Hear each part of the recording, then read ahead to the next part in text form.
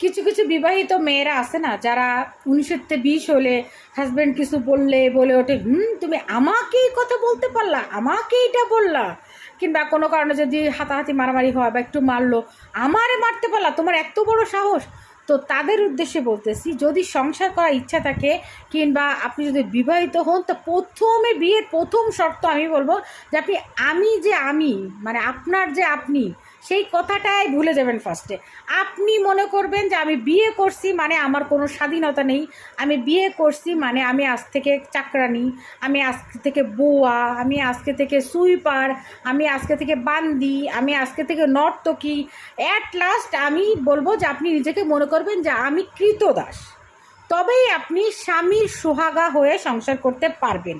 আর নাইলে আপনি যদি মনে করেন যে আমি একদম হেডামালা একজন লোক, আমি বহুত রূপবতী গুণবতী, বাপের টাকা আছে, কর্মজীবী, কিংবা আমি নিজে একটা চাকরি বাকরি করি, কোনো ফুটাঙ্গিতে কাজ হবে না, আপনার স্বামী থাকবে না।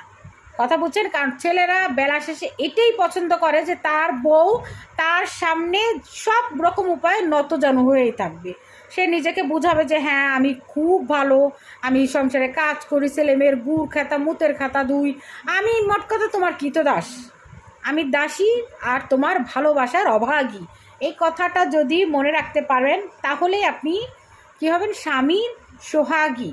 আর নাইলে আপনার সংসার টিকবেও না, সংসার থাকবেও না। এই জন্য আমি শব্দটা বিয়ের সাথে সাথেই একদম ডিকশনারি থেকে কাট।